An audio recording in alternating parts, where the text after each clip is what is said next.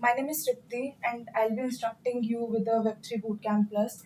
We'll be covering blockchain. We will be doing hands on this blockchain and Web3 और नई नई technologies जो भी आती हैं उनको अभी हम देखेंगे.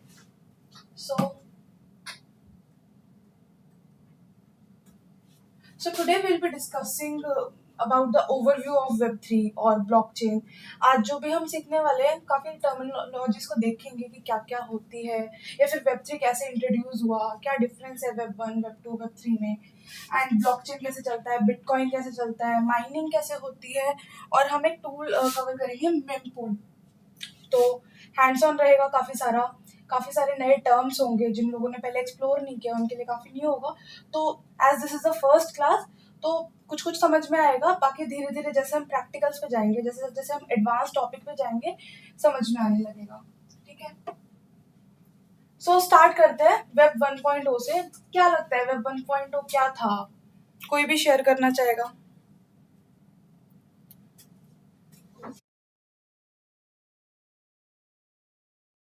या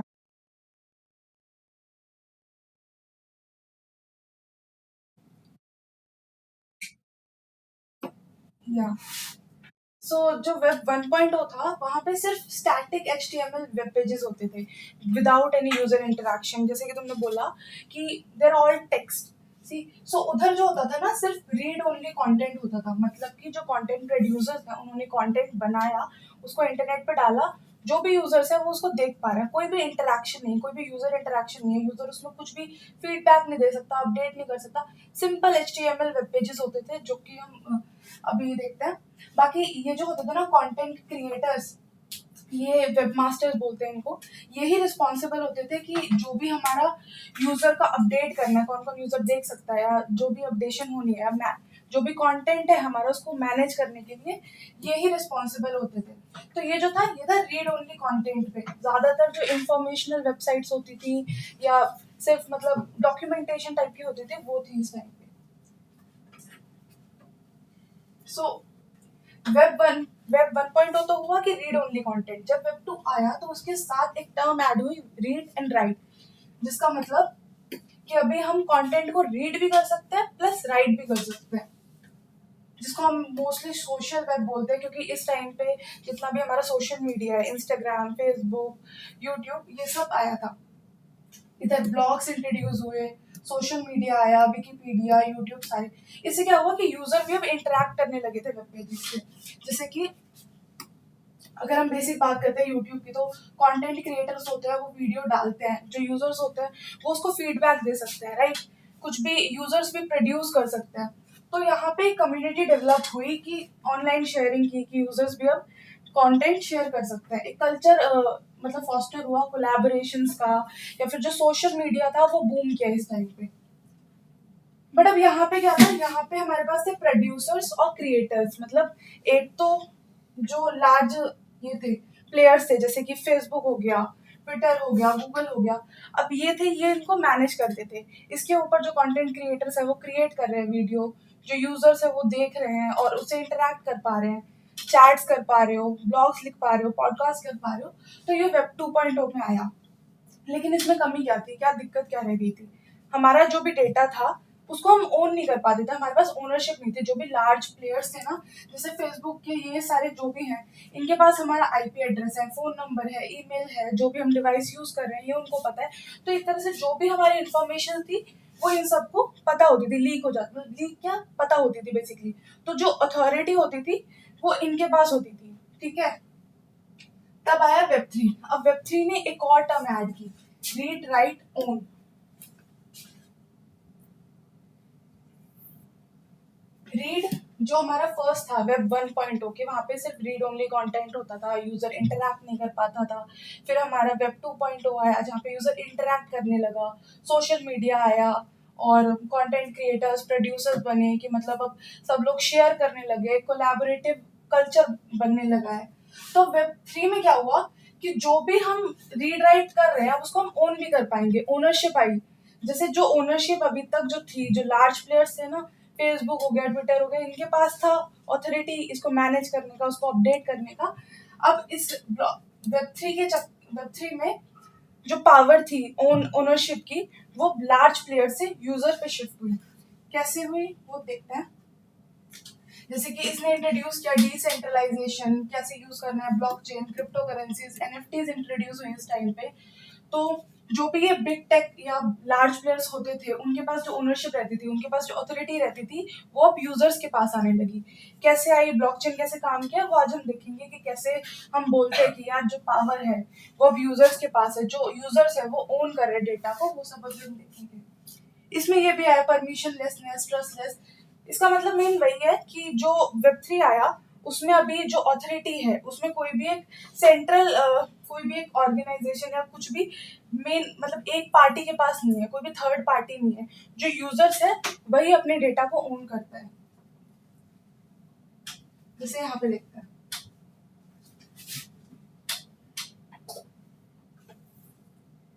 ठीक है, तो वेब 1.0 में क्या आता है, जो प्रोड्यूसर्स थे उन्होंने कंटेंट क्रिएट किया।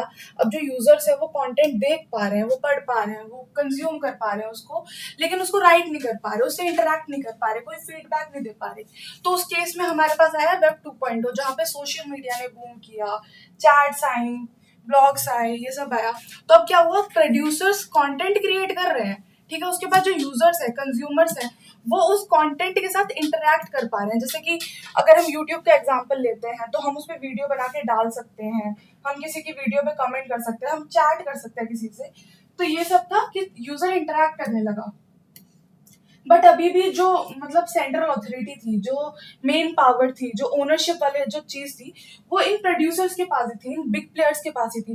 तो उस पॉइंट पे आया हमारे पास वेब3 कि जो कंटेंट हम क्रिएट कर रहे हैं या फिर जो भी हमारा कंटेंट क्रिएशन हो गया, या फिर जो भी हमारे पास कोई भी मनी, अगर हम मनी ट्रांसफर की बात करते हैं, तो जैसे अगर मैंने 2 यूजर लिए, एलएस, बॉब, अच्छे से लिखता हूं।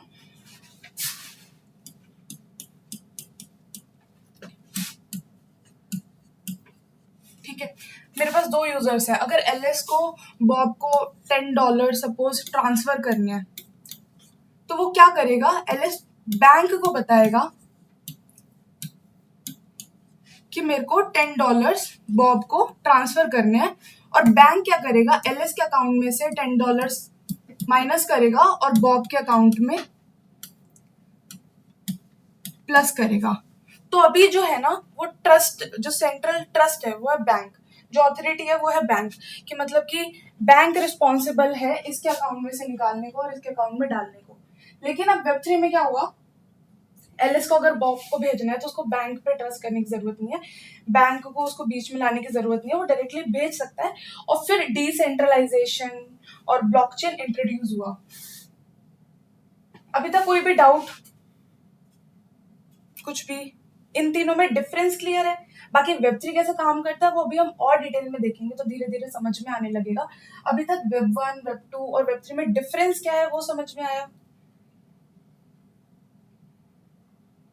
Okay, Abhijit and Ananya, okay. कोई भी डाउट आता है तो तुम लोग कभी भी मीट पे हैंड रेस कर सकते हो, अनम्यूट कर सकते हो। जो इवोल्यूशन था वेब 1 से लेके वेब 3 होता, उसमें बहुत बड़े बड़े प्लेयर्स थे, जैसे कि देख सकते हो नेटस्केप से स्टार्ट हुआ था, एंड अभी इथेरियम है हमारे पास, बिटकॉइन है हमारे पास, मेकर है, तो ये एक्सप्लोर कर सकते हो बाद में।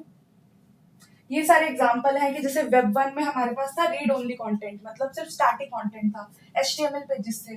उसके बाद वेब 2 में हमारे पास आया कि राइट के एक्सेस, मतलब यूजर अब इंटरैक्ट कर सकता है, सोशल मीडिया, मतलब चैट्स कर सकते हो, ठीक है, जैसे ये सारे जो हमारे पास बिग प्लेयर्स हैं। उसके बाद वेब 3 है कि मतलब अब तुम रीड भी कर सकते हो, राइट भी कर सकते हो और ओन भी कर सकते हो, मतलब कि तुम्हें किसी थर्ड पार्टी पे डिपेंड होने की जरूरत नहीं है, कोई सेंट्रल अथॉरिटी नहीं है, वहां पे डिसेंट्रलाइजेशन वाली चीज इंट्रोड्यूस हुई।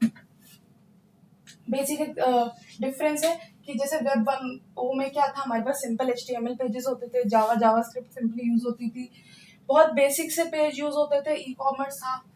वेब 2.0 पे हमारे पास इंटरनेट एक्सेस बढ़ी, सोशल मीडिया बढ़ा, यूजर का जो यूजर कंटेंट क्रिएट कर सकता है वो इंक्रीज हुआ, उसके बाद कैमरास वगैरह इंट्रोड्यूस हुए। वेब 3 में हमारे पास डी एप्स आ गए, डिसेंट्रलाइज एप्लीकेशंस आ गए, एनएफटीज आ गया, या फिर ब्लॉकचेन्स आ गई, वीआर, एआर, मेटावर्स। ये सारी टर्म्स आपने कहीं ना कहीं तो सुनी होंगी, right?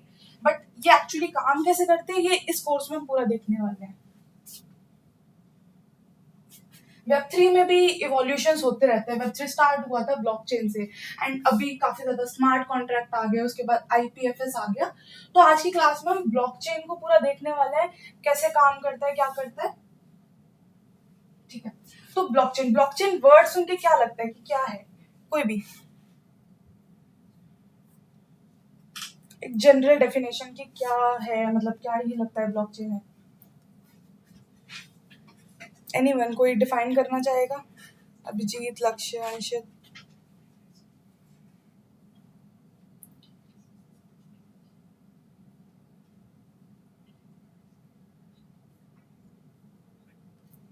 A chain of blocks that stores data.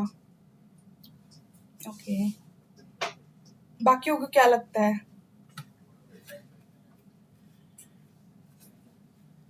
Computers to computer network, yes.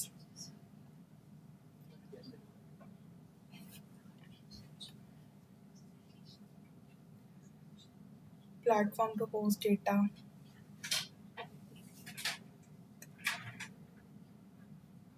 Abhijit, आपको क्या लगता है कि क्या है blockchain? Simple in your words.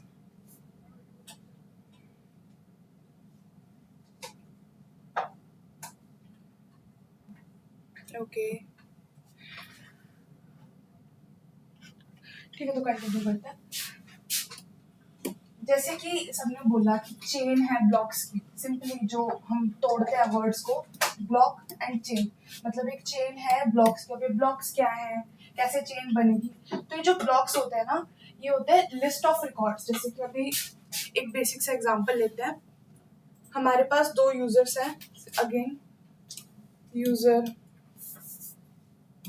ए है, बी है, ठीक है? इसने इसको कुछ ट्रांसफर किया, पैसे ट्रांसफर किए, $10 ट्रांसफर किए, ठीक है? इसने उसको बाद में कभी $20 ट्रांसफर किए। उसके बाद एक सी है जिसने ए ने उसको $10 ट्रांसफर किए, ठीक है? अब ये जो रिकॉर्ड्स है, इनको एक लिस्ट में मेंटेन करना, लिस्ट ऑफ रिकॉर्ड्स, उनको बोलते हैं डिस्ट्रीब्यूटेड लेजर, ठीक है? अब लेजर क्या होता है, कैसे बनता है, वो देखेंगे। बट अभी के लिए समझो कि एक लिस्ट ऑफ रिकॉर्ड्स जिनको हम ब्लॉक में स्टोर करते हैं और उनको जब लिंक करते हैं तो उसको बोलते हैं ब्लॉकचेन। ये पीयर टू पीयर नेटवर्क पे होता है। हर एक नोड के पास एक पूरे लेजर के कॉपी होते हैं। लेजर बेसिकली क्या है ना, जो भी हमारे ट्रांजेक्शन्स हो रही हैं उनको एक लिस्ट में स्टोर करना, उसको हम लेजर बोलते हैं। जब एक ट्रांसफर रिकॉर्ड होती है ना, तो वो ऑल्टर नहीं हो सकती, मतलब चेंज नहीं हो सकती।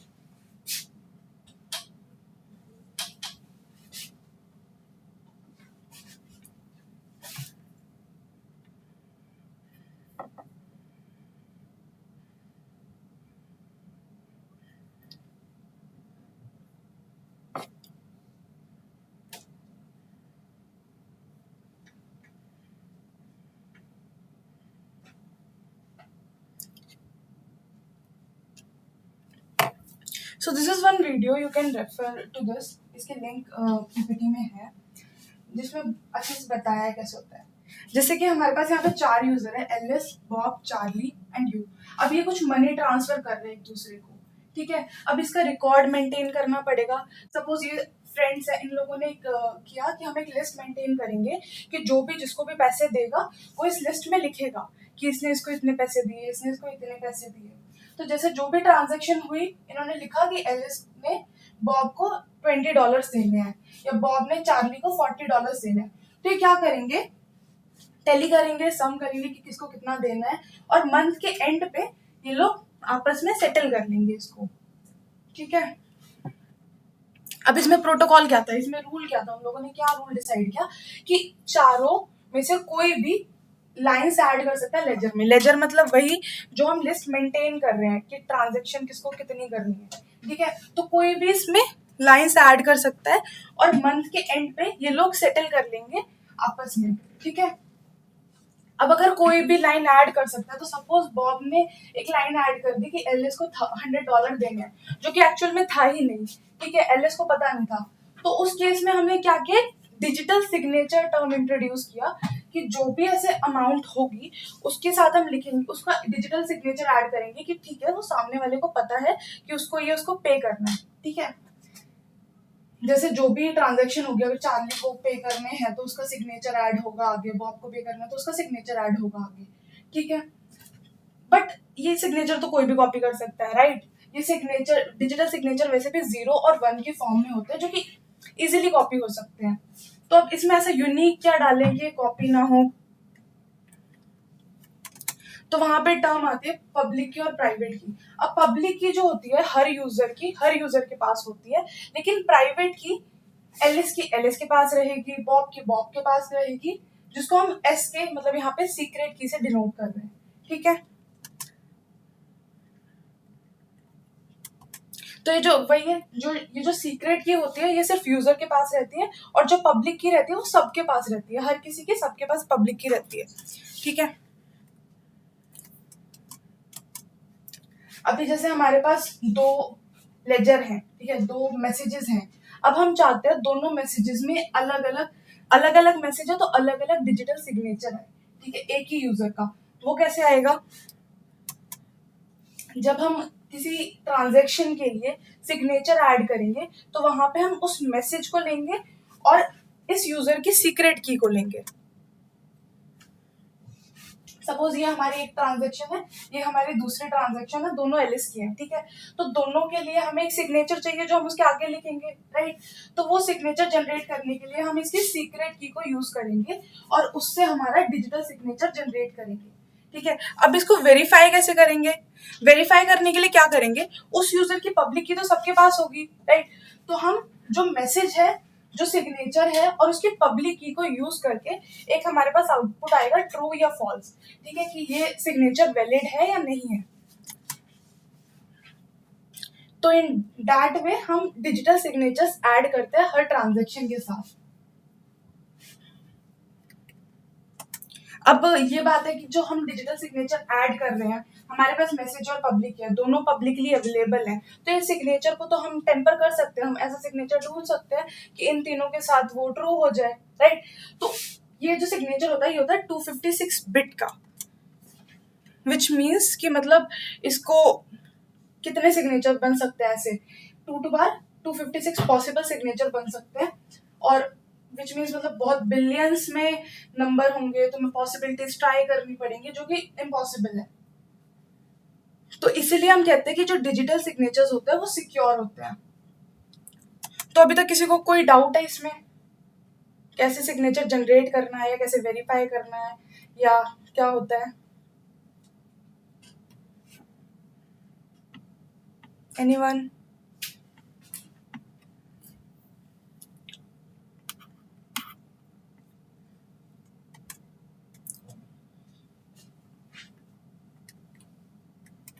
ओके, तो आगे करते हैं। तो अभी हमने देखा कि ठीक है यार, हम क्या करेंगे, हर ट्रांजैक्शन के आगे एक डिजिटल सिग्नेचर ऐड करेंगे जो कि उस यूजर का होगा और यूनिकली आइडेंटिफाई होगा। हर मैसेज के लिए अलग सिग्नेचर होगा जो कि हम पब्लिक की और प्राइवेट की को यूज करके बनाएंगे और वेरीफाई करेंगे, ठीक है। लेकिन अगर क्या किया, अगर बॉब ने क्या किया, एक ही जैसे एलिस ने बॉब को इतने पैसे देने थे, उसके आगे उसने अपना डिजिटल सिग्नेचर कर दिया, उसी को अगर मल्टीपल टाइम्स लिख दिया, तो हर ट्रांजैक्शन को यूनिकली आइडेंटिफाई करने के लिए फिर हम एक ट्रांजैक्शन आईडी यूज करेंगे जो कि हर ट्रांजैक्शन के लिए यूनिक होगी।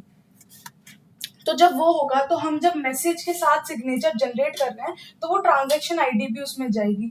तो ऐसे क्या होगा कि कोई भी ट्रांजैक्शन रिपीट नहीं हो सकती, और कोई भी यूजर को ना पता होने के बाद, मतलब अगर यूजर को नहीं पता और वो ट्रांजैक्शन डल गया, ऐसा नहीं हो सकता क्योंकि डिजिटल सिग्नेचर हमने ऐड करना है यहाँ पे। अब जो हमारे प्रोटोकॉल थे कि कोई भी उस लेजर में लाइंस ऐड कर सकता है और मंथ के एंड पे वो लोग सेटल आउट कर लेंगे, उसमें एक और चीज ऐड हो गई कि सिर्फ साइन ट्रांजैक्शन ही वैलिड होंगी और जिसमें ट्रांजैक्शन आईडी रहेगी, ट्रांजैक्शन आईडी इंक्लूड रहेगी, ठीक है। तो ये क्लियर है अभी सबको? Any doubt? लक्ष्य, अभिजीत?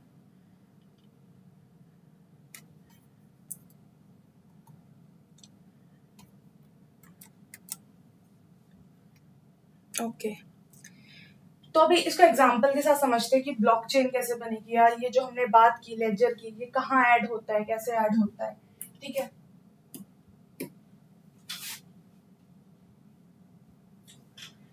अगेन सेम कि एलिस बॉब को पैसे भेजना चाहता है, सपोज उसने उसको $10 सेंड किया, ठीक है। हमने ट्रांजेक्शन को लेजर में लिखा और वो लेजर जो है अभी के लिए समझो कि एक ब्लॉक में रिप्रेजेंट करते हैं। ये ब्लॉक कैसे बनता है ये सब अभी हम देखेंगे जब माइनिंग पढ़ेंगे, ठीक है। तो वो जो ट्रांजेक्शन है उसको हमने ब्लॉक में रिप्रेजेंट किया। ये जो ब्लॉक होगा, जितने भी नेटवर्क में नोड्स होंगे, जैसे अभी हमने पढ़ा कि जो ब्लॉकचेन है वो नोड टू नोड चलती है, मतलब कंप्यूटर्स के बीच में कनेक्शन होता है। तो ये जो ब्लॉक है ये सबको ब्रॉडकास्ट होगा, ठीक है। ब्रॉडकास्ट होने के बाद जितने भी कंप्यूटर्स होंगे नेटवर्क में वो लोग उसको अप्रूव करेंगे।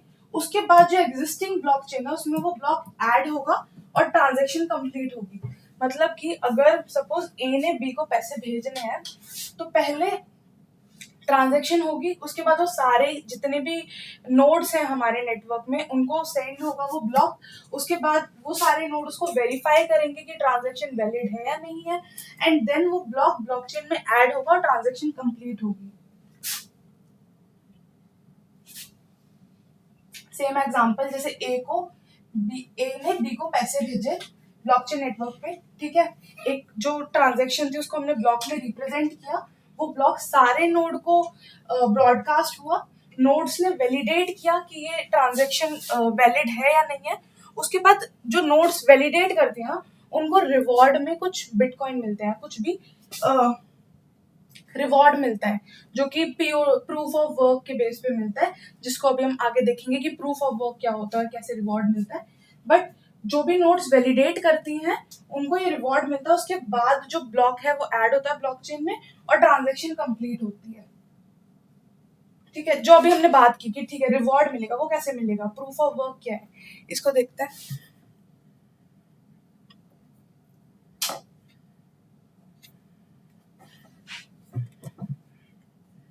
अभी तक कोई डाउट है किसी को ब्लॉकचेन क्या है या कैसे ट्रांजैक्शन लेजर हम बात कर रहे हैं जो डिस्ट्रीब्यूटेड लेजर की, वो क्या है?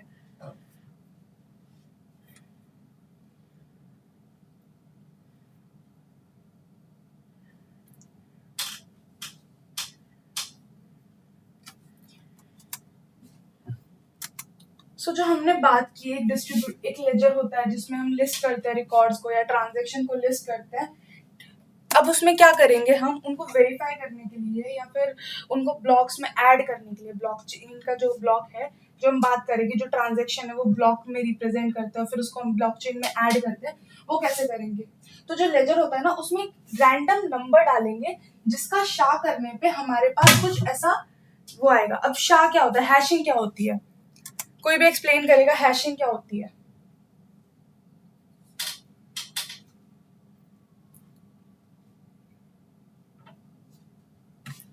एनीवन?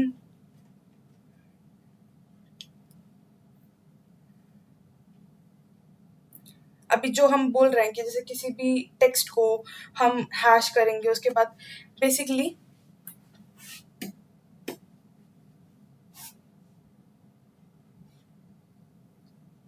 सपोज हमारे पास कोई भी स्ट्रिंग है, डेमो या फिर कोई भी नंबर है, तो जब हम उसको हैश करते हैं तो वो क्या करता है, किसी भी स्ट्रिंग को या किसी भी मैसेज को एक पर्टिकुलर लेंथ के नंबर में कन्वर्ट करता है या स्ट्रिंग में कन्वर्ट करता है।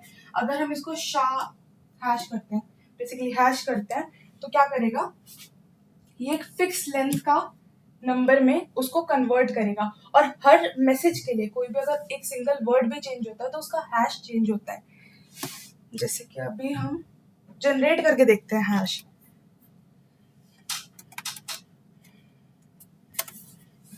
काफी सारे ऑनलाइन टूल्स होते हैं जिससे कि तुम हैश जनरेट कर सकते हो, जैसे कि ये एक है।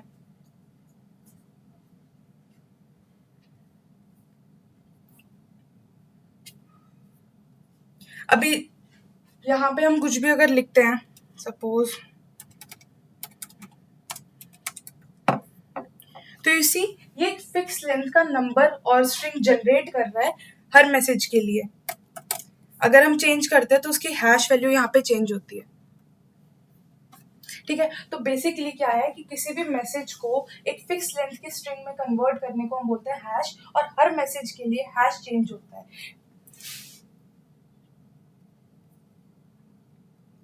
तो हमने यहाँ पे क्या किया, हमने हमारे लेजर के साथ एक ऐसा नंबर हमें ऐड करना है जिसका हैश करने पे स्टार्टिंग में हमारे पास 30 जीरोज आए या फिर 25 जीरोज आए, ठीक है। So when you add a random number with in your ledger and then hash it, तो strings generate होंगी, और ऐसी string जिससे कि लीडिंग जीरोस मतलब एक साथ स्टार्टिंग में 30 जीरोस आए, वो हमारा होगा जो हमें चाहिए हैश। अभी ये हम क्यों कर रहे हैं इसको समझते हैं। बेसिकली जब भी ब्लॉक ऐड होता है ना, तो ब्लॉकचेन में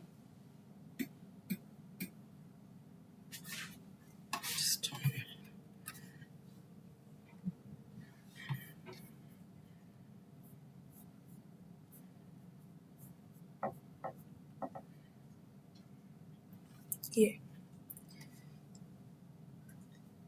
ये जो है ये ब्लॉकचेन है, ठीक है। अब इस ब्लॉक का एक हैश होता है और इससे पहले वाले ब्लॉक का भी हैश यहाँ पे स्टोर होता है। तो मतलब हम क्या करते हैं, हमारा जो करंट ब्लॉक है और उसके पहले वाला ब्लॉक का हैश उस वाले ब्लॉक में एंटर रहता है। तो जब हम ब्लॉकचेन में कोई भी ब्लॉक ऐड करते हैं तो उसमें क्या करते हैं, टॉप पे रहता है हमारे प्रीवियस का हैश, मतलब प्रीवियस ब्लॉक का हैश, उसमें जो भी हमें ट्रांजेक्शन्स डालनी है वो, और हम एक नंबर आइडेंटिफाई करेंगे कि जिसको हैश करने पे हमें ऐसी स्ट्रिंग मिले जिसके स्टार्टिंग में इतने जीरोस रहे, जो कि मतलब जिसको हम बोलते हैं कि क्रिप्टोग्राफिक पजल सॉल्व करना, ठीक है। तो बेसिक पॉइंट वही है, जब भी हमें ब्लॉक ऐड करना होता है ब्लॉकचेन में, तो हमें ऐसा हैश जनरेट करना होता है जिसके स्टार्टिंग में लीडिंग जीरोस है। अभी लीडिंग जीरोस कहाँ से आता है, ये नंबर कहाँ से आता है, तो ये सेट होता है डिफिकल्टी से। डिफिकल्टी इन माइनिंग जो टॉप कॉन्सेप्ट है वो यहाँ पे इंट्रोड्यूस होता है।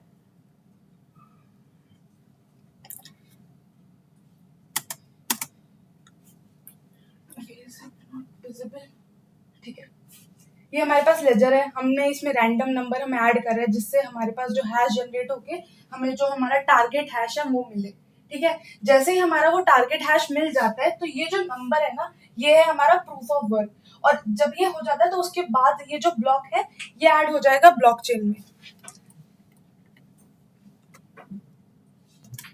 अब जैसे हम बात करें डिस्ट्रीब्यूटिव लेजर में, हर एक यूजर के पास एक खुद का लेजर होता है। जब भी कोई ट्रांजैक्शन होगी और ब्लॉक ऐड होगा, उसके बाद ये ब्लॉक सबको ब्रॉडकास्ट होता है जिससे कि सभी यूजर्स के पास ये अपडेट हो जाए।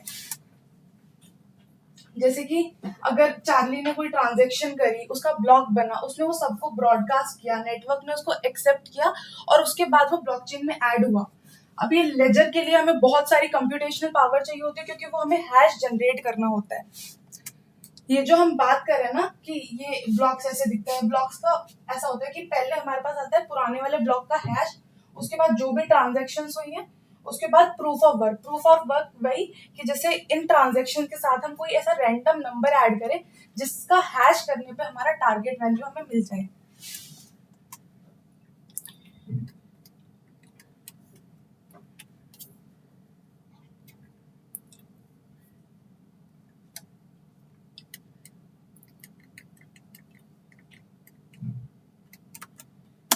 तो प्रूफ ऑफ वर्क समझ में आया सबको? प्रूफ ऑफ वर्क क्या है?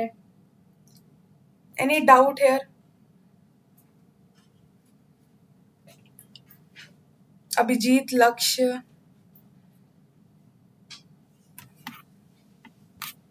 am I audible to you guys? Okay, ठीक है। तो जैसे अभी हम बात करें ब्लॉकचेन की, तो ब्लॉकचेन में भी इवोल्यूशन हुआ है। पहले हमारे पास आई थी डिजिटल करेंसी, उसके बाद हमारे पास आए स्मार्ट कॉन्ट्रैक्ट्स, फिर डिसेंट्रलाइज एप्लीकेशन इंट्रोड्यूस हुई, और उसके बाद इंडस्ट्री बेस्ड ब्लॉकचेन सिस्टम्स आए। तो ये जो टर्म्स हैं ये अभी धीरे धीरे हम देखेंगे। जैसे डिजिटल करेंसी में अगर हम बात करें बिटकॉइन की, तो जो सबसे पहले डिजिटल करेंसी आई थी वो थी हमारे पास बिटकॉइन, जो कि डिसेंट्रलाइज डिजिटल एसेट था। जो कि 2009 में एक अननोन ग्रुप जिसका नाम था सतोशी नाकामोटो, उन्होंने इंट्रोड्यूस किया था। ये डिसेंट्रलाइज्ड नेटवर्क पे ऑपरेट होती थी करेंसी, और इसकी जो ट्रांजेक्शन होती थी ना वो रिकॉर्ड होती थी पब्लिक लेजर पे, जिसको हम ब्लॉकचेन बोलते हैं। लेजर जहाँ पे लिस्ट ऑफ ट्रांजेक्शन को हम स्टोर करते हैं, और ये जो पब्लिक लेजर होंगे इनको हम ब्लॉकचेन बोलेंगे। ब्लॉक कैसे वो ऐड होता है वही। उसके बाद ये जो थे ये ऑल्टरनेटिव थे, जैसे अभी ट्रेडिशनल बैंकिंग सिस्टम है ना, कि जहाँ पे बैंक के पास अथॉरिटी रहती है कि ये ट्रांजेक्शन इसके बैंक से इसके बैंक में जाएगी। यहाँ पे हम क्या कर सकते हैं, हम किसी को भी ट्रांसफर कर सकते हैं और उसको ब्लॉकचेन में ऐड कर सकते हैं। तो यहाँ पे कोई भी एक सेंट्रल अथॉरिटी नहीं रहेगी हमारे पास। ये प्लेटफॉर्म है, यहाँ से तुम बिटकॉइन का प्राइस चेकआउट कर सकते हो। तो भी समझते माइनिंग कैसे होती है, ठीक है। जैसे अगर किसी बंदे ने परचेज करना है टीवी बिटकॉइन से, ठीक है, उसने बिटकॉइन की ट्रांजैक्शन एंटर करी, मतलब उसने ट्रांजैक्शन करी, ठीक है। उसके बाद वो जो लिस्ट है वो मतलब ट्रांजैक्शंस गई, उसका तो ब्लॉक में ऐड होगी। ब्लॉक में ऐड होने के बाद हर 10 मिनट में ना एक ब्लॉक ऐड होता है ब्लॉकचेन में, ठीक है। उसके बाद वो वेरीफाई होगा, चेन में जाएगा। देन कंप्यूटर, जैसे हमने बात की कि एक हमें ऐसा रैंडम नंबर चाहिए होता है जिसका शा जनरेट करने पे हमारे पास जो टारगेट है हमारा वो आए। उसके बाद बिटकॉइन रिवॉर्ड होता है। ये एक बार हम प्रैक्टिकली देखते हैं पूरा कैसे होता है।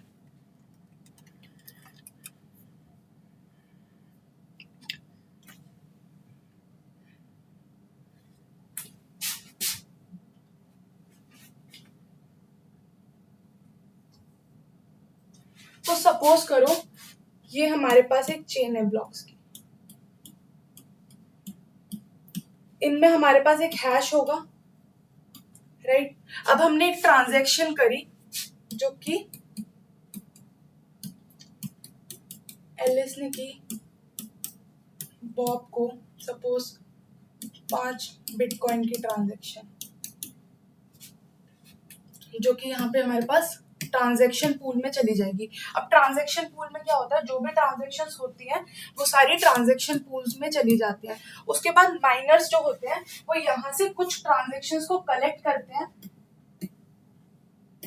प्रीवियस जो भी ब्लॉकचेन पे ब्लॉक है उसका हैश लेते हैं, ट्रांजैक्शंस लेते हैं, एंड इनके साथ एक हैश जनरेट करेंगे, रैंडम नंबर ऐड करके एक हैश जनरेट करेंगे।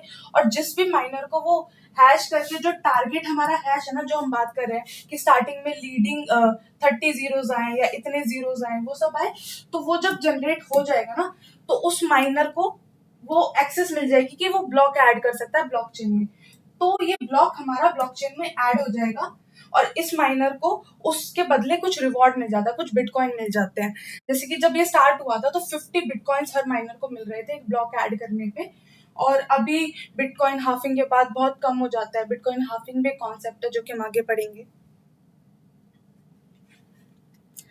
तो ये क्लियर है अभी कि बिटकॉइन कैसे, मतलब ब्लॉक कैसे ऐड करते हैं ब्लॉकचेन में। कोई डाउट है यहाँ पे? someone is okay. अदर्स कोई डाउट है? लक्ष्य, अभिजीत, अंशित?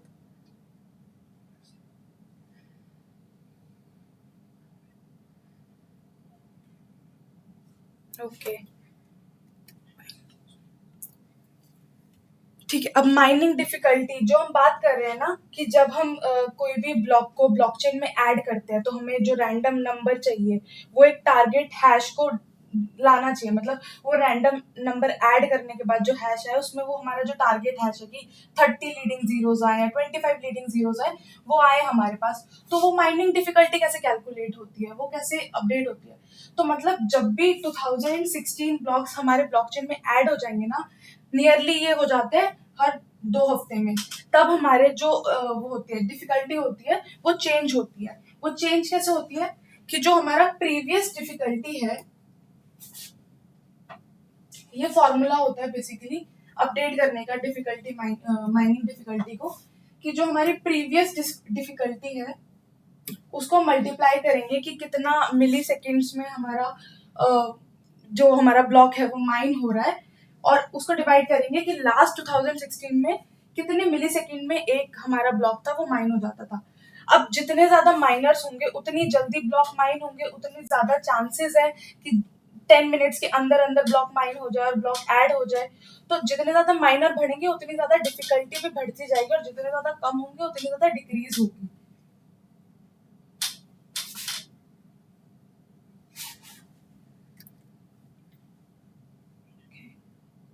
तो जो एवरेज ब्लॉक टाइम है ना, एक ब्लॉक के ऐड होने का, ब्लॉकचेन में ऐड होने का जो एवरेज ब्लॉक टाइम है, बिटकॉइन के केस में 10 मिनट्स है, इथेरियम के केस में 15 सेकेंड्स है, और बाकी करेंसी के केस में और कम है।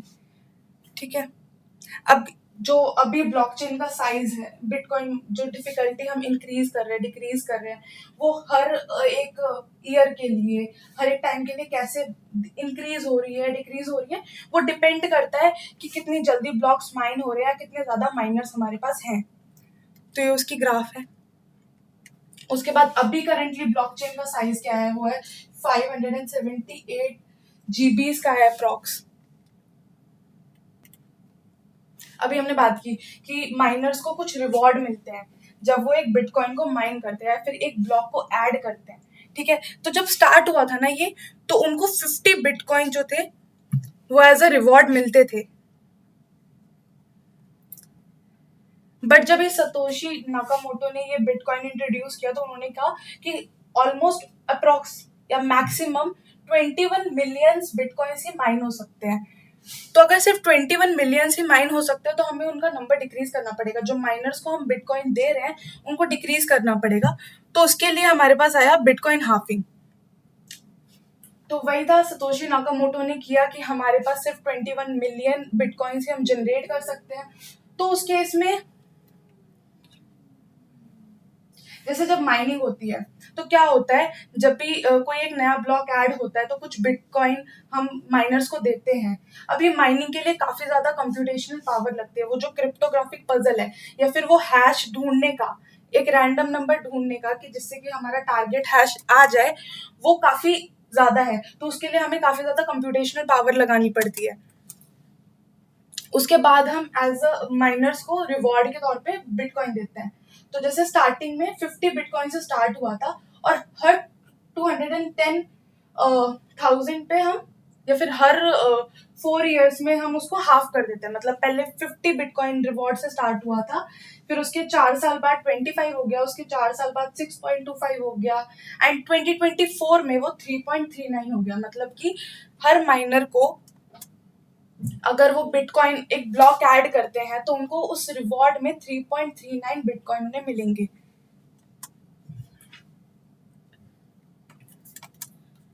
सो अब एक टाइम आएगा ना, ये हाफ, हर 4 साल में ये हाफ हो रहा है नंबर, तो एक टाइम आएगा कि ये 0 हो जाएगा। तो फिर माइनर कैसे कमाएगा? माइनर्स जो है वो इसी से अर्न करते हैं। माइनर्स ब्लॉक ऐड करने के बाद उनको बिटकॉइन मिलते हैं, उसी से वो अर्न करते हैं। अगर ये बिटकॉइन, अगर उनको जो ये बिटकॉइन मिल रहा है वो 0 हो जाएगा, तो वो अर्न कैसे करेंगे? तो जब भी कोई ट्रांजेक्शन होती है ना, तो उसमें एक छोटी ट्रांजेक्शन फीस होती है जो कि माइनर को जाती है। तो जब बिटकॉइन नहीं होंगे तो उसके बाद माइनर्स उससे अर्न करेंगे।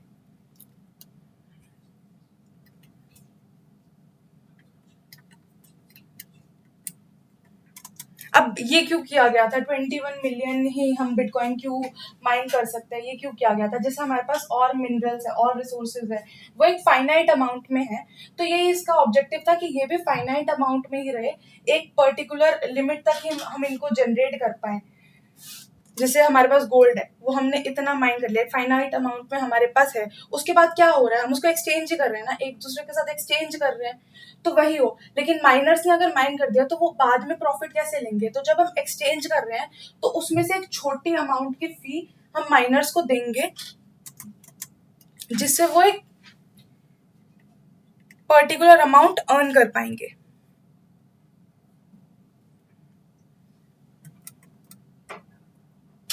तो बिटकॉइन हाफिंग में कोई डाउट है किसी को कि क्या है, कैसे हो रहा है? Anyone?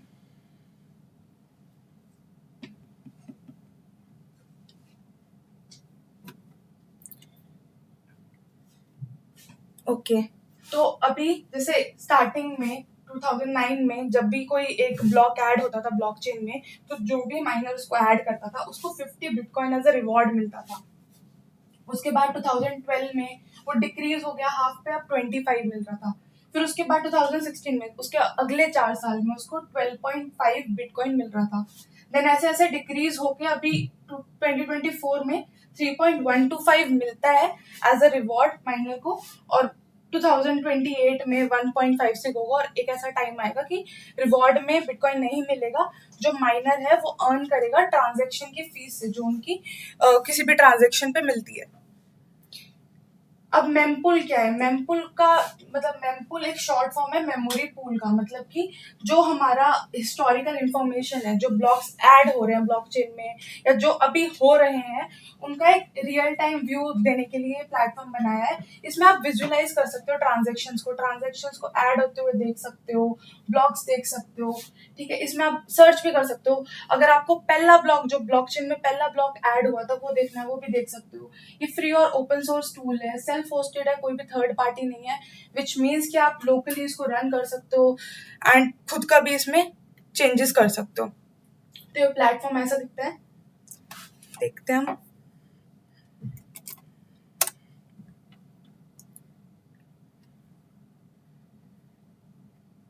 So is it visible clearly? Everyone, is it visible? Lakshya, Abhijit. Okay. सो ये प्लेटफॉर्म है, ये उसका डैशबोर्ड है। अभी ये जो इस साइड ब्लॉक्स हैं, ये है अनकन्फर्म ब्लॉक्स, जो कि अभी माइन होने के लिए प्रोसेस में है, और ये जो राइट साइड में है, ये है कन्फर्म ब्लॉक्स, जो कि माइन हो चुके हैं और ब्लॉकचेन में ऐड हो चुके हैं, राइट। तो यहाँ पे किसी भी ब्लॉक पे जब आप क्लिक करते हो तो उसमें आपको उसकी पूरी डिटेल्स मिल जाती हैं, हैश मिल जाता है, टाइम स्टैम्प कब ये माइन हुआ, कितनी फीस थी, राइट।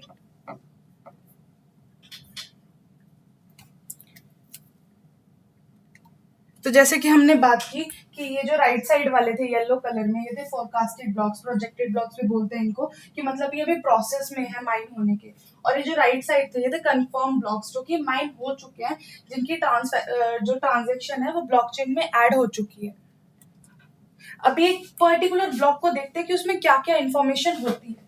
तो पहले जो ये टॉप पे नंबर होता है ना, इसको हम ब्लॉक हाइट भी बोलते हैं, विच मीन्स कि इस ब्लॉक की क्या पोजीशन है ब्लॉकचेन में, अभी तक कितने नंबर ऑफ ब्लॉक्स हम ऐड कर चुके हैं, राइट। तो वही है कि पोजीशन जो है ब्लॉक की, एक सीक्वेंस में हम ऐड कर रहे हैं ब्लॉकचेन में, तो इसकी क्या पोजीशन है, मतलब इतने 84 हम इतने ब्लॉक्स हम ऐड कर चुके हैं ब्लॉकचेन में, और ये उसका नंबर है, ठीक है।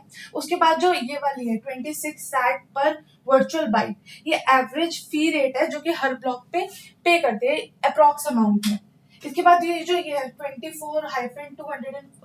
501 सैट पर वर्चुअल बाइट, ये रेंज है फी की जो यूजर्स इसमें पे कर रहे हैं, मतलब यूजर 24 से लेके 501 तक इधर फी पे कर रहे हैं इस ब्लॉक में। उसके बाद टोटल बिटकॉइन कितने इस ब्लॉक में वो है, उसके बाद कितनी ट्रांजेक्शन्स हमने इस ब्लॉक में ऐड की है वो है, और एक क्या टाइम स्टैम्प पे ऐड हुई है वो है, और किस माइनर ग्रुप ने ये जो ब्लॉक है ये ऐड किया ब्लॉकचेन में वो है। जैसे इधर F2 पूल है, तो अभी क्या है ना, माइनर्स हमारे पास बहुत सारे हैं, तो ये क्या करते हैं, एक ग्रुप बनाते हैं, ग्रुप्स में ये लोग ब्लॉक्स को माइन करते हैं।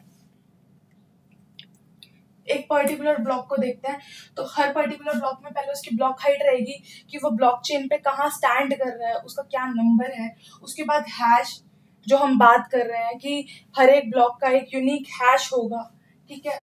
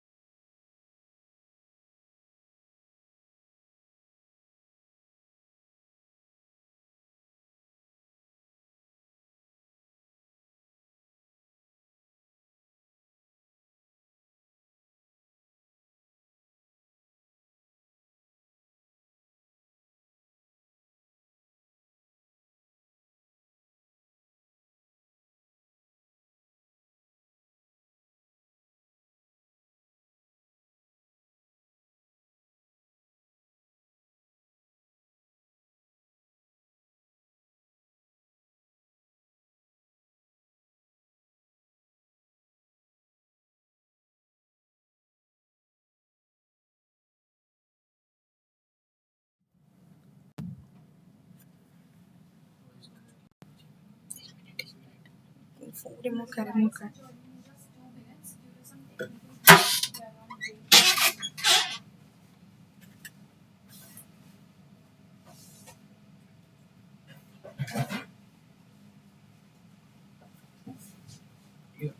हो गया, वो है सेट है already.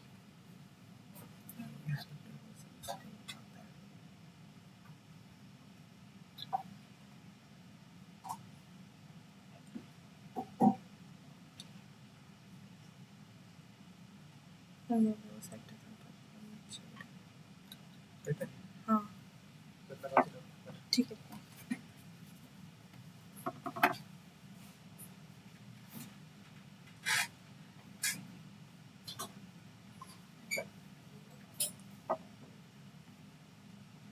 Hello everyone. Am I audible now? Am I audible and visible?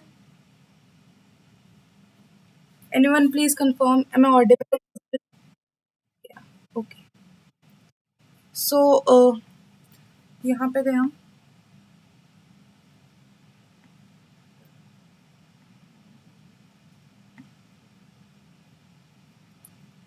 Okay तो हम यहाँ पे थे ब्लॉक पे कि एक पर्टिकुलर ब्लॉक के अंदर क्या क्या होता है, राइट। तो हैश देखा हमने, टाइम स्टैम्प देखा, ठीक है। उस ब्लॉक का साइज क्या है, उस ब्लॉक की हेल्थ क्या है, ये जो दिख रहा है ना एक्सपेक्टेड ब्लॉक, एक्चुअल ब्लॉक, ये क्या होता है ये देखते हैं। उसके बाद फीस, टोटल फीस या फिर माइनर को कितनी फी हमने पे की है इस पर्टिकुलर ब्लॉक में, वो सारा यहाँ पे नोट होता है। तो अभी जैसे हमने देखा कि एक्सपेक्टेड ब्लॉक और एक्चुअल ब्लॉक करके कुछ आ रहा है। हमने तो ये देखा था कि एक ही ब्लॉक होता है, ब्लॉक हम ऐड कर देते, ब्लॉक चुनते, तो ये क्या है।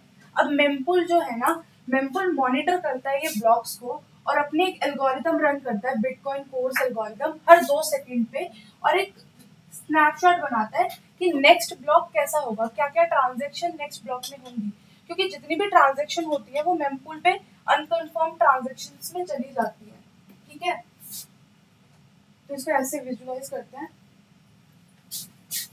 कि सपोज ए ने बी को एक ट्रांजैक्शन की, ठीक है, जिसके ट्रांजैक्शन आईडी कुछ है हमारे पास, सपोज कुछ भी है 3, ठीक है। अब ये जो ट्रांजैक्शन आईडी है, जो हमारी अनकन्फर्म्ड ट्रांजैक्शंस हैं, जो हमारे अनकन्फर्म्ड ब्लॉक्स हैं,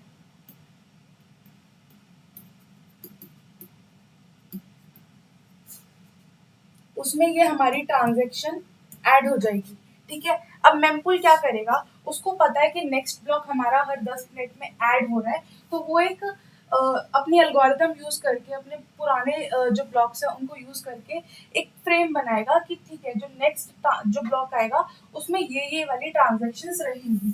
तो वो होता है हमारा एक्सपेक्टेड ब्लॉक। और जब ब्लॉक माइन हो जाता है ना, ब्लॉक ऐड हो जाता है, उसके बाद आता है हमारा एक्चुअल ब्लॉक। अब इसमें ये काफी सारे छोटे छोटे बॉक्सेस हैं, ये किसको रिप्रेजेंट करते हैं। तो जब हम मेमपुल पे जाएंगे, किसी भी कंफर्म ट्रांजैक्शन पे जब हम क्लिक करेंगे, जैसे सपोज ये वाली है, तो यहाँ पे हमें 2 ब्लॉक्स दिख रहे हैं, एक्सपेक्टेड ब्लॉक और एक्चुअल ब्लॉक। अब ये जो छोटे छोटे ब्लॉक्स है ना, ये हर एक ट्रांजैक्शन को रिप्रेजेंट करते हैं। जब हम इन पे होवर करते हैं तो जहाँ पे हमें ट्रांजैक्शन आईडी दिखती है, कब ये ट्रांजैक्शन कंफर्म हुई थी, क्या अमाउंट था इसका, क्या फी पे हुई है, वो सारा हमें यहाँ पे दिखता है। और जब हम इन पे क्लिक करेंगे ना, तो पूरी ट्रांजैक्शन जो भी थी वो हमें यहाँ पे दिखती है। जैसे कि स्टार्टिंग में जब हमने बात की थी, हर ट्रांजैक्शन की एक यूनिक आईडी होगी, उसके बाद ये ट्रांजैक्शन कब हुई है, उसका फी रेट क्या है, किस माइनर ने इस ट्रांजैक्शन को वैलिडेट किया था, उसका नाम। इवन यहाँ पे हम फ्लो भी चेक कर सकते हैं कि कितने अकाउंट से ट्रांजैक्शन इनपुट हुई थी और कितने पे आउटपुट हुई थी। ये वाली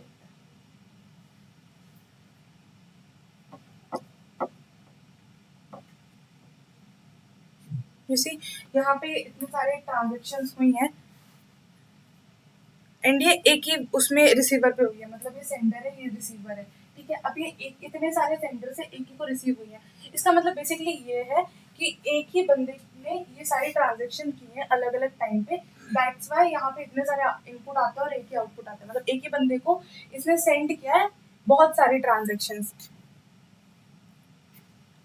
उसके बाद हम जो यहाँ पे बात कर रहे हैं कि एक नंबर जो होता है, एक रैंडम नंबर के साथ जब हम हैश करेंगे तो हमें टारगेट हैश वैल्यू मिलेगा। उस रैंडम नंबर को हम नॉन्स बोलते हैं और उसको भी हम यहाँ पे देख सकते हैं। जब हम यहाँ पे डिटेल्स में जाते हैं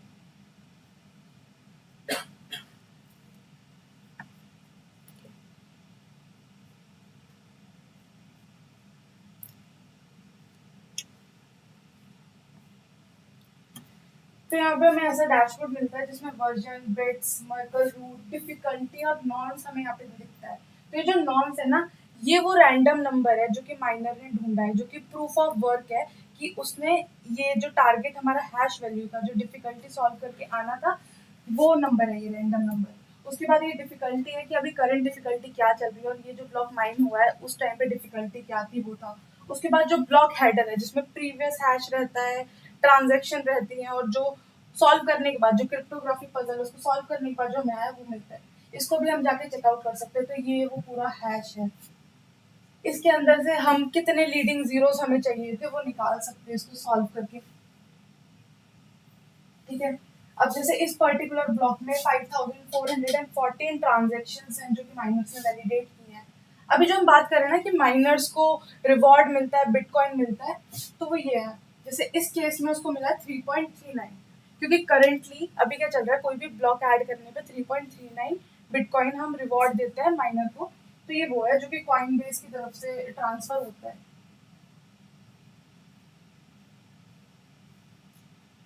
अब देखते हैं कि यार ये ना बहुत सारे कलर्स में है।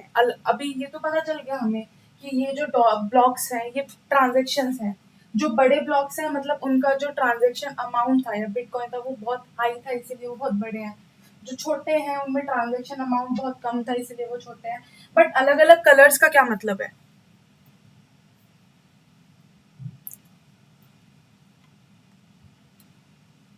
तो जब कोई एक्सपेक्टेड ब्लॉक जो कि मेमपूल बताता है कि अब जो नेक्स्ट ब्लॉक आने वाला है उसमें ये ट्रांजेक्शन ऐड होंगी, तो अगर वो ऐड हो जाती है तो वो ब्लू कलर से रिप्रेजेंट करते हैं हम। अगर वो अभी अभी ब्रॉडकास्ट हुई थी, मतलब अभी अभी ट्रांजेक्शन हुई थी और माइनर ने उसको पकड़ के ब्लॉक में डाल के उसको ब्लॉकचेन में ऐड कर दिया with in 3 minutes of block mining, तो वो रिसेंटली ब्रॉडकास्ट होती है, तो उसको हम डार्क पिंक कलर से रिप्रेजेंट करते हैं। अगर बहुत लो एंड फी है, मतलब कि एक डार्क कलर यूज करेंगे हम उसके लिए, जैसे कि यहाँ पे ये जो ब्लू कलर है कि मतलब जो हमने ट्रांजेक्शन एक्सपेक्टेड ब्लॉक में डाली थी वो हमारे एक्चुअल ब्लॉक में भी ऐड हो गई है। पिंक कलर वाली मतलब कि जो हमारी ट्रांजेक्शन है वो फर्स्ट 3 मिनट ब्लॉक माइनिंग के पहले 3 मिनट में ऐड ब्रॉडकास्ट की थी और वो ऐड हो गई है। डार्क कलर की अगर उसकी फी जो थी बहुत कम थी तो उसको हम डार्क कलर से रिप्रेजेंट करते हैं। और ब्राइट पिंक हम यूज करते हैं कि हमने एक्सपेक्टेड ब्लॉक में एक ट्रांजेक्शन डाली थी जो कि माइनर ने इंटेंशनली रिमूव किया और उसकी जगह कोई दूसरी ट्रांजेक्शन उसने ऐड की है। तो ये इन कलर का मतलब होता है। ये हमने पहले डिस्कस किया कि ये जो छोटे छोटे ब्लॉक्स है ये ट्रांजेक्शन को रिप्रेजेंट कर रहे हैं और जब हम इनको ओवर करते हैं तो पूरी डिटेल्स हमें दिख जाती है। उसके बाद अब जब हम प्लेटफॉर्म पे जाएंगे ना तो हमें कहीं कहीं एम्प्टी ब्लॉक मिलेंगे। जब हम ये ब्लॉकचेन एक्सप्लोर करेंगे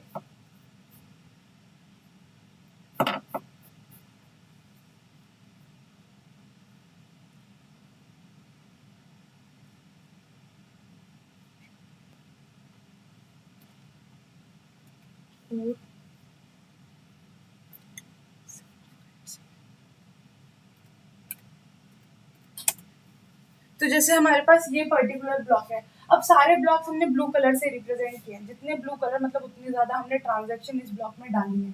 ठीक है, तो अब ये जो ब्लॉक है इसमें कोई भी नहीं है, मतलब इसमें बस एक ही ट्रांजेक्शन है जो कि रिवॉर्ड है, जो कि माइनर को मिली है एज ए रिवॉर्ड। इसको हम बोलते हैं एम्प्टी ब्लॉक, जिसमें कोई भी हम ट्रांजेक्शन को वैलिडेट नहीं करते। अब ये एम्प्टी ब्लॉक क्या होता है?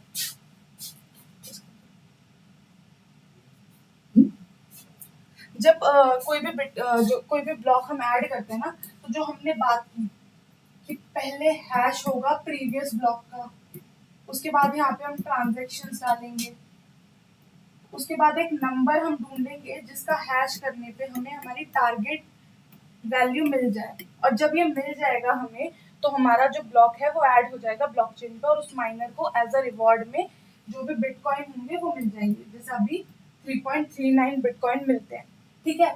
लेकिन अब इसमें कंप्यूटेशनल पावर बहुत ज़्यादा लगती है, जो नंबर ढूंढने में बहुत ज़्यादा कंप्यूटेशनल पावर लगती है, क्योंकि टोटल 256 पॉसिबल कॉम्बिनेशंस होते हैं, ठीक है। अब ये बहुत जल्दी जल्दी होते हैं, सेकंड्स के अंदर होते हैं, बहुत सारे माइनर्स इसको कर रहे होते हैं, राइट। तो इसमें बहुत बड़े बड़े सिस्टम्स लगते हैं, बहुत ज़्यादा कंप्यूटेशनल पावर लगती है, तो इसको बहुत टाइम लगता है। अब उसको वेस्ट नहीं करना हमें। अभी जैसे हमने बात की, हमारे पास एक ट्रांजेक्शन पूल होता है, जहाँ पे कोई भी ट्रांजेक्शन आती है तो वो यहाँ पे ऐड हो जाती है कि ये ट्रांजेक्शन हुई है, ये ट्रांजेक्शन हुई है, ये ट्रांजेक्शन हुई है। अब जो माइनर है उसको पहले यहाँ पे लुक आउट करना पड़ेगा कि क्या क्या ट्रांजेक्शन हुई है, उसको वो डाउनलोड करना पड़ेगा और उसको वो ब्लॉक्स में ऐड करना पड़ेगा। ब्लॉक्स में ऐड मतलब कि वैलिडेट करना पड़ेगा कि वो सही फॉर्मेट में है या नहीं है, उसमें डिजिटल सिग्नेचर ऐड हुआ है या नहीं हुआ है। इसमें टाइम जाता है। अब वो ये वाली जो कंप्यूटेशनल पावर है इसको वेस्ट नहीं करना चाहता, तो वो क्या करता है कि इसको चलने देता है। तुम हैश जो भी हमारे रैंडम नंबर है इसको ढूंढो, और अगर नहीं मिलता है, जब तक नहीं मिलता है, मतलब जब तक ये वाली प्रोसेस कर रहा होता है, ट्रांजेक्शन्स को लेके उनको वैलिडेट कर रहा होता है, और तब में अगर हैश मिल गया, ब्लॉक ऐड हो गया, तो वो ऐड हो जाता है और उसके रिटर्न में उसको रिवॉर्ड मिल जाता है। मतलब इसको और अच्छे से समझते हैं। सपोज हम करते हैं, हमारे पास ट्रांजेक्शन पूल में अभी 1000 ट्रांजेक्शन पेंडिंग पड़ी है, ठीक है। ये हमारा माइनर ए है, ये बी है, ठीक है। और हमारे ब्लॉकचेन में जो पहला हैश है वो हमें पता है। तो मेमपूल क्या करता है ना, माइनर्स को पहले से एक ब्लॉक टेम्पलेट दे देता है जिसमें कि उसको प्रीवियस हैश मिल जाता है, और अब वो अपना पजल सॉल्व कर सकता है। पजल बेसिकली वही है कि वो जो रैंडम नंबर है उसको ढूंढना है, और ऐसा ढूंढना है कि मतलब जो हमारे लीडिंग जीरोस हैं, जो हमें हैश करके मिल रहा है, वो हमें मिल जाए, ठीक है।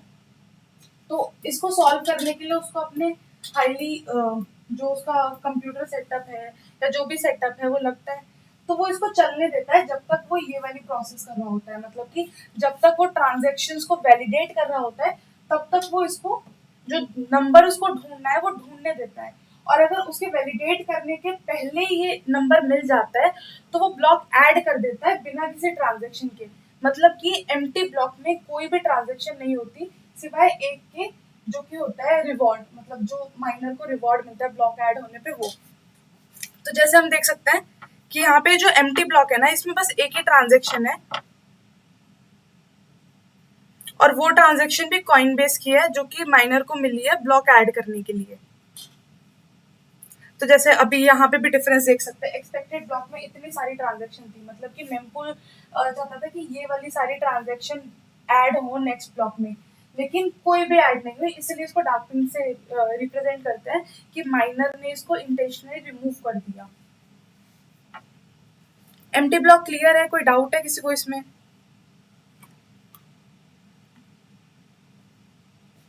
एनीवन? अंशित, दर्शन, अभिजीत?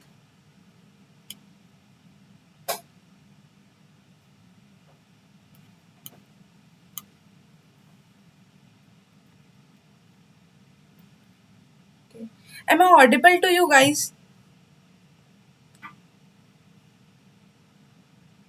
ओके, ठीक है। तो ये क्लियर है एम्प्टी ब्लॉक क्या होता है, एम्प्टी ब्लॉक कैसे ऐड होता है, कब ऐड होता है?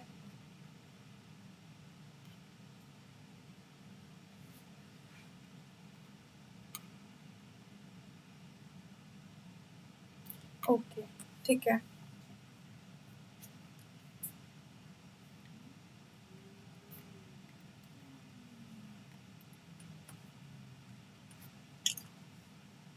तो नेक्स्ट है जेनेसिस ब्लॉक। जेनेसिस ब्लॉक वो ब्लॉक है जो सबसे पहला ब्लॉक है ना ब्लॉकचेन में, उसको हम जेनेसिस ब्लॉक बोलते हैं। तो इसको भी हम मेमपूल पे देख सकते हैं।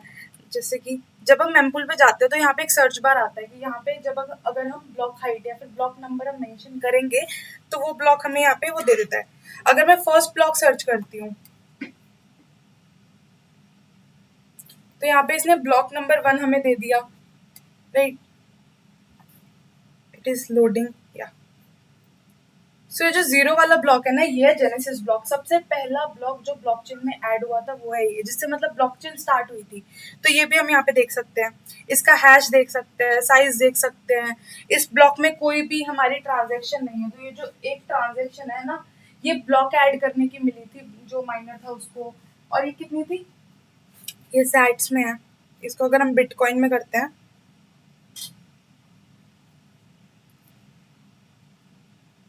तो ये 50 बिटकॉइन इसको मिले थे माइनर को, ये ब्लॉक ऐड करने के लिए। इधर कोई भी ट्रांजेक्शन नहीं थी, बस जो ब्लॉक ऐड हुआ है उसके जो रिवॉर्ड मिलता है माइनर को वो मिला था इस ट्रांजेक्शन में।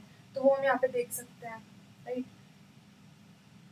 उसके बाद ये जो सारी चीजें होती है, साइज क्या है, फी कितनी मिली थी, वो सब मिलता है। बाकी ब्लॉक्स भी हम एक्सप्लोर कर सकते हैं। अभी ये जो सारे ब्लॉक्स है ना जो स्टार्टिंग में ऐड हुए थे, वो सारे एम्प्टी ब्लॉक्स है। क्यों? क्योंकि उस टाइम पे कोई भी ट्रांजेक्शन थी ही नहीं। जो ब्लॉक्स ऐड करने का रिवॉर्ड होता था, उसी से जो माइनर्स है उनको प्रॉफिट मिलता था। इसके अलावा कौन कौन माइनिंग पूल्स हैं या फिर और भी चीजें हम यहाँ पे ढूंढ सकते हैं।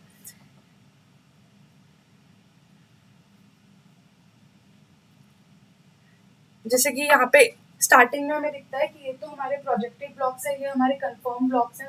उसके नीचे जब हम जाते हैं तो यहाँ पे हमें दिखता है ट्रांजेक्शन फी प्रायोरिटी।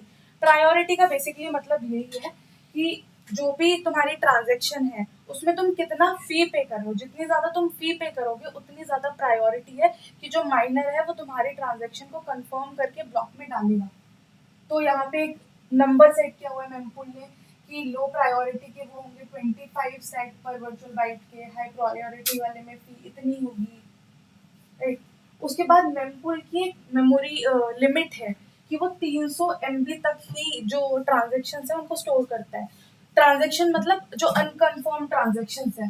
तो अगर उसके ऊपर ये होगा और उसके अगर उस केस में अगर कम ट्रांजेक्शन मतलब कम फी पे करने वाली ट्रांजेक्शन आएंगी तो ये उनको डिलीट कर देगा। तो ये जो नंबर है ना 6.45, अगर इससे नीचे की फी पे करने वाली ट्रांजेक्शन आएंगी तो ये उनको रिमूव कर देगा, क्योंकि अभी इसकी जो लिमिट है वो 300 MB से ऊपर है।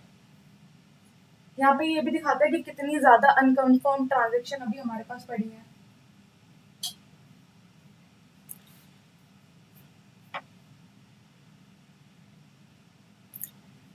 उसके बाद अगर हम यहाँ पे माइनिंग डैशबोर्ड पे जाते हैं तो हम यहाँ पे देख सकते हैं कि कौन कौन से माइनर ग्रुप्स है हमारे पास। जैसे यहाँ पे F2 पूल्स है। F2 पूल पे अगर हम जाते हैं तो यहाँ पे मिलता है कि उनको ये जो ग्रुप है इन्होंने कितना रिवॉर्ड अर्न किया है या फिर उनकी कितनी ब्लॉक्स उन्होंने ऐड किए हैं, राइट। कितने एक्टिव हैं, किस किस टाइम स्टैम्प पे इन लोगों ने ब्लॉक ऐड किए, वो सारी डिटेल्स हम देख सकते हैं। जैसे F2 पूल ने ये वाला ब्लॉक ऐड किया था 847744, जो भी इन्होंने ब्लॉक ऐड किया वो सारी डिटेल्स यहाँ पे दिख जाती हैं। इसके अलावा हम देख सकते हैं कि इतने सारे जो ग्रुप्स हैं वो माइन करते हैं और ब्लॉक ऐड करते हैं, ठीक है। अब अभी यहाँ पे दिख रहा है कि जो मेजोरिटी है वो एक दो ग्रुप्स ने ऐड कर रखे हैं, क्योंकि जो माइनिंग करने में जो कंप्यूटेशनल पावर लगती है ना वो बहुत हाई होती है। तो इन लोगों ने ऑलरेडी सेटअप कर रखा है, इसलिए इन लोगों ने मेजोरिटी जो है वो गेन कर रखी है।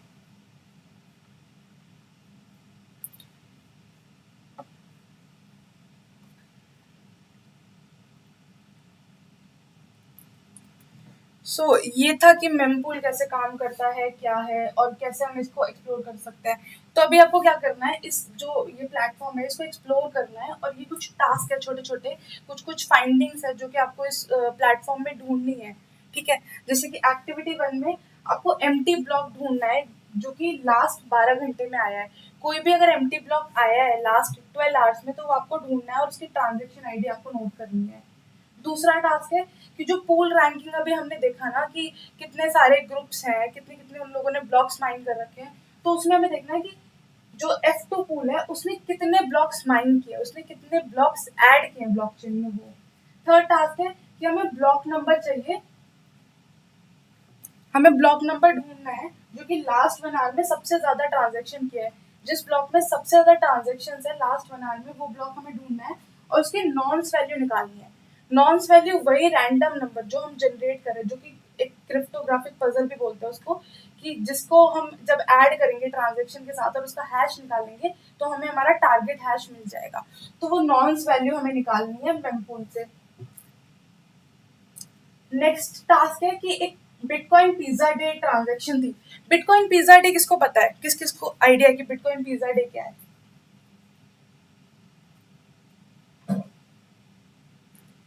जिन लोगों ने ब्लॉकचेन पहले एक्सप्लोर किया हुआ है, बिटकॉइन एक्सप्लोर किया हुआ है, क्या लगता है ये बिटकॉइन पिज्जा डे क्या है? लक्ष्य, अभिजीत,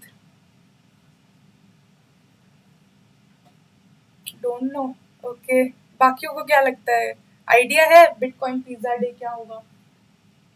गेस मारो यार, क्या हो सकता है ये?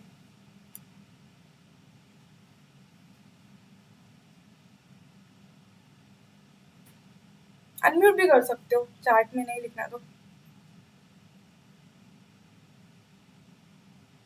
ओके, ठीक है, तो मैं बताती हूँ। जब बिटकॉइन बना था, बिटकॉइन इंट्रोड्यूस हुआ था, उसके बाद जब पहली बार बिटकॉइन किसी ट्रांजैक्शन में यूज हुआ था तो वो था पिज्जा, मतलब पिज्जा खरीदने के लिए उसमें बिटकॉइन का यूज हुआ था। तो 2 पिज्जा खरीदे गए थे बिटकॉइन से, ठीक है? तो आपको आइडेंटिफाई करना है कि कब हुई थी ये ट्रांजैक्शन और क्या उसका ब्लॉक नंबर था, ठीक है?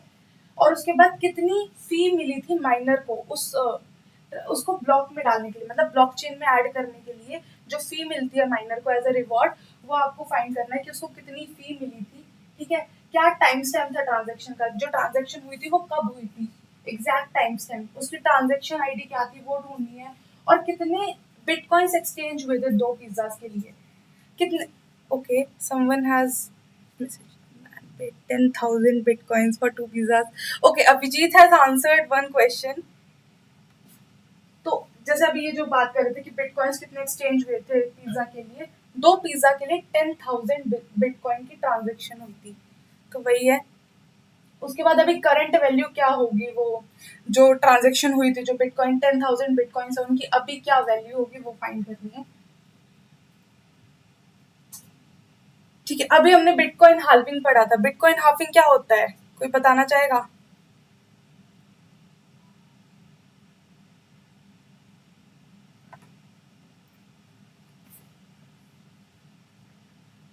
Abhijit, you can unmute and tell कि बिटकॉइन हाल्विंग क्या होता है।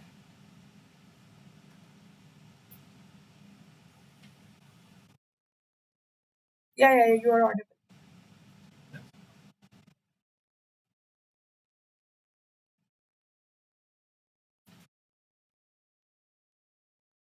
या हाँ। हम्म। या 3.39 इट इज। सो वही है कि जो माइनर को रिवॉर्ड मिलता था ना एक ब्लॉक को ऐड करने का ब्लॉकचेन में, वो रिवॉर्ड हर 4 साल में हाफ हो जाता है। तो हमें क्या करना है, हमें थर्ड बिटकॉइन हाफिंग जब हुई थी उसका हमें ब्लॉक नंबर चाहिए था कि कब हुई थी वो बिटकॉइन हाफिंग, और उस ब्लॉक साइज हमें एनालाइज करना है कि उससे पहले क्या ब्लॉक साइज था, उसके बाद क्या डिफरेंस आया ब्लॉक साइज में, ठीक है? उसमें कितनी ट्रांजेक्शन हुई थी, ये जो थर्ड बिटकॉइन हाफिंग हुई थी इस वाले ब्लॉक में कितनी ट्रांजेक्शन है वो हमें फाइंड करनी है। उसके बाद माइनर को कितना रिवॉर्ड मिला था इस वाली ट्रांजेक्शन, इस वाले ब्लॉक में, वो फाइंड करना है। सो एक्टिविटीज क्लियर है सबको? बेसिकली तुम्हें बस एक्सप्लोर करना है, ब्लॉग्स देखने हैं, थोड़े थोड़े नंबर्स फाइंड करने हैं कि कितने कितने मिले हैं, क्या मिला है, जो मेमपूल है वो एक्सप्लोर करना है, कैसे कैसे हम देख सकते हैं ब्लॉग्स वो देखना है। So is it clear? Okay, कोई डाउट है किसी को, किसी भी चीज में कोई भी टॉपिक अगर नहीं समझ में आया?